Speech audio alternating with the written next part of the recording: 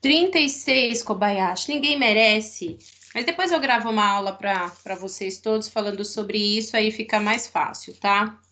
Então, obrigada, Kobayashi, por avisar. Grifa aqui, sexto, oitavo ano.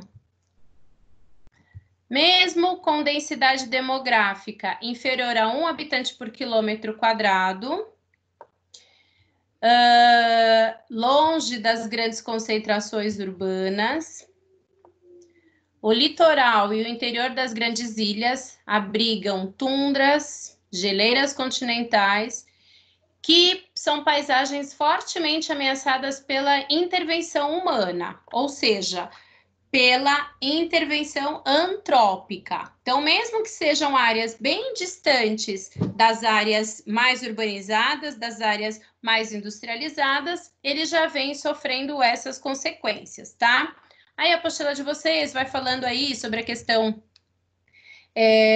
de mais tempo de luz, né? Então, a gente tem aí o degelo, a gente tem o derretimento dessas neves e tudo mais. Então, eu quero que vocês grifem aqui, ó. A tundra, no inverno, é coberta por camadas de gelo e as formas de vida entram em processo de hibernação.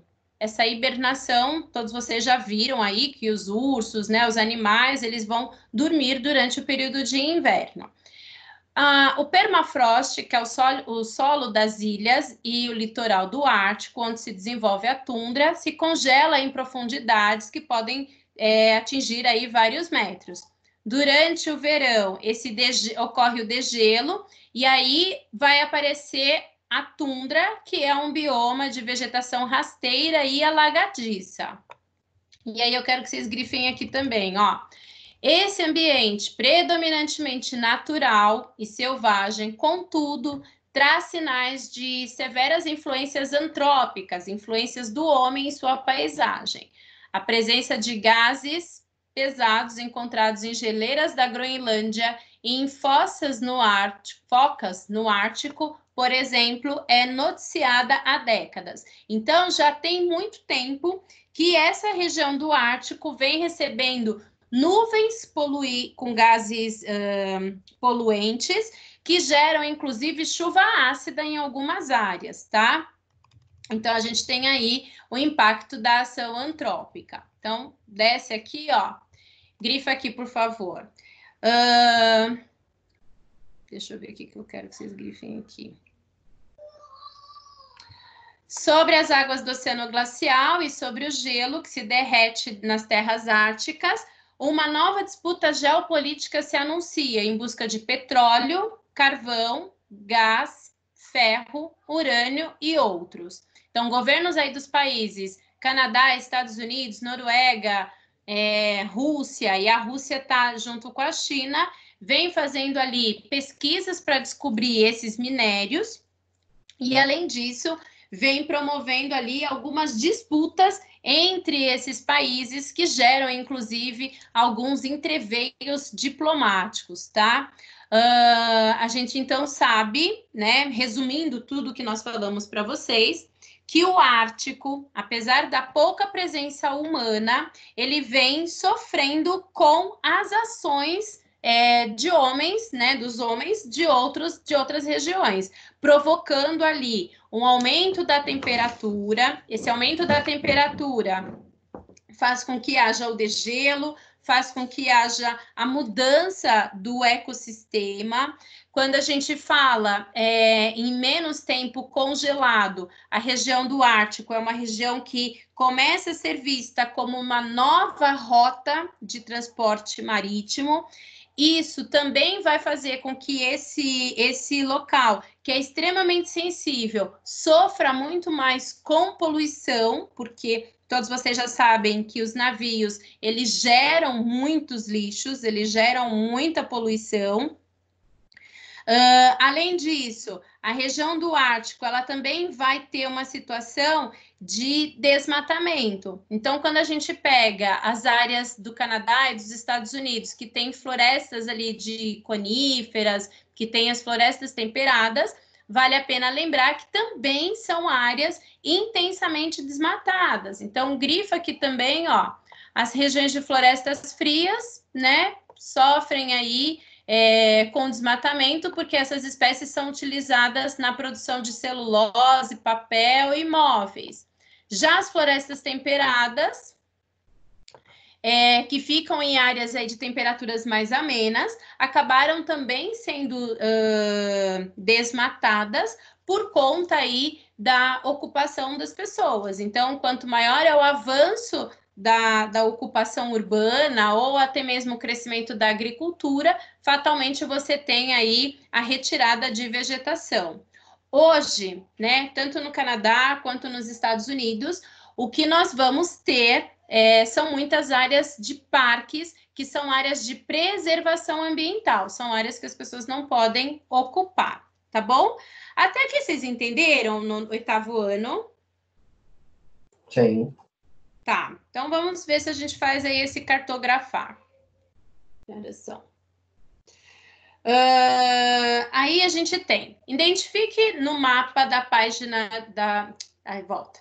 Identifique no mapa da parte de baixo da página 6 do seu material de apoio a localização de áreas de tundra e descreva, consulte um planisfério político para citar os países onde essa tundra é encontrada. Então, vocês vão voltar lá no material de apoio de vocês.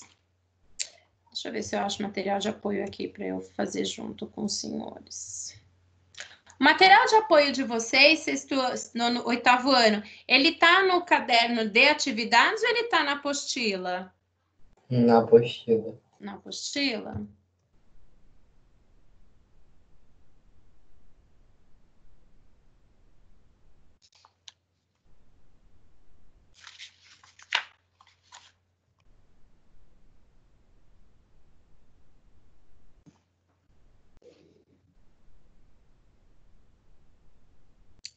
De novo, eu viver.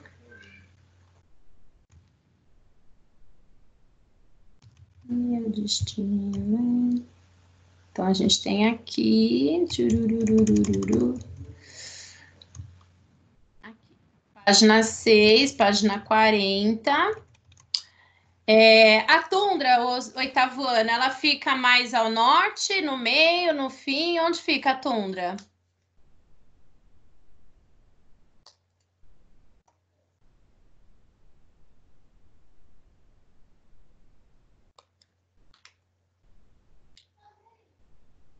Ao norte. Então, aqui, ó, é o quê? Tundra. Tundra. Que país é esse? Que país Canadá. é esse? Então, bota lá, Canadá no país. Só o Canadá tem tundra? Não. Então, você pode colocar aqui também, ó, nessa região aqui costeira do Alasca, a gente também tem tundra nessa região, tá? Quando a gente fala da tundra, então vamos ver.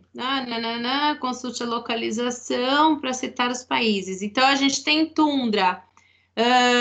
Vocês querem colocar em todos os países ou só dos países que a gente está estudando? Pode ser todos. Então, tá. Então, Canadá. No Alasca, entre parênteses, vocês coloquem Estados Unidos, EUA. Aí a gente tem tundra aqui também, ó.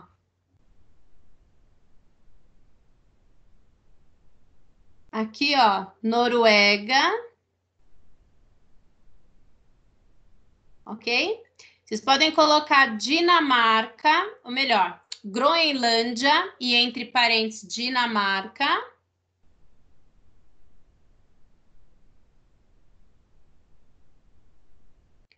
Vocês podem colocar Rússia.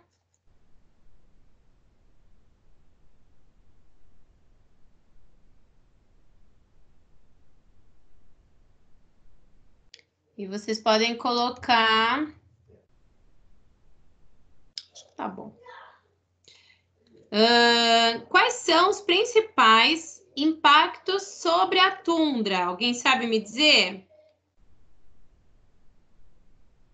Quais são os perigos que a tundra sofre?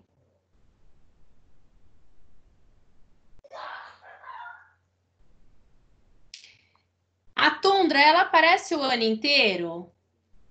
Não. Quando que ela aparece? No inverno ou no verão? No verão. No verão, quando ocorre o degelo. Então, a tundra é o local que fica alagado, tá? Mas ela fica submersa nessa água ou ela aparece? Aparece. Ok. Se houver a elevação do nível das águas e essa tundra ficar totalmente submersa, será que ela corre algum risco ou não? Corre. Corre risco, muito bem. Além da elevação das águas dos oceanos aí sobre a tundra, tem mais algum problema que será que pode atingir a tundra, pode contaminar, por exemplo? Comentei com vocês que a região do Ártico é uma região que vem sendo observada por vários países porque eles encontram algumas coisas ali. Você lembra o que tem para explorar ali?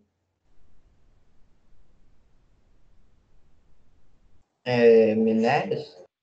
Tem muitos minérios. Além dos minérios, né? A gente também tem os combustíveis fósseis. Então, cada vez que você vai fazer uma exploração mineral, você tem a possibilidade de gerar poluição. Você tem a possibilidade de contaminar áreas. Oh, meu Deus, cadê que eu não acho? Você tem a possibilidade de contaminar áreas para fazer essa exploração. Então, se eu vou tirar petróleo, corre algum risco fazer uma extração de petróleo? Sim. Qual, Kobayashi? O petróleo vazar? Se você vazar o petróleo, o que acontece? Cobre a água e as algas que estão no fundo do mar. Então, se você tem um vazamento de petróleo, você tem, infelizmente, uma contaminação muito grande das águas oceânicas. É difícil parar esse vazamento, não é algo que é tranquilo, demanda muito dinheiro, é algo que vai demandar um esforço sobre-humano para tentar fazer essa limpeza. Então, quando a gente fala da tundra, é um bioma aí que, infelizmente, por conta dos avanços que estão acontecendo no Ártico, sejam eles avanços econômicos, sejam avanços militares, sejam avanços políticos, tudo isso faz com que ali seja uma região que corre risco, que enfrenta aí a possibilidade eminente de contaminação em suas áreas, tá? Fizeram? Sim. Você, hoje é dia 17/6. Águas oceânicas contaminadas. O que pode contaminar águas oceânicas, Kobayashi?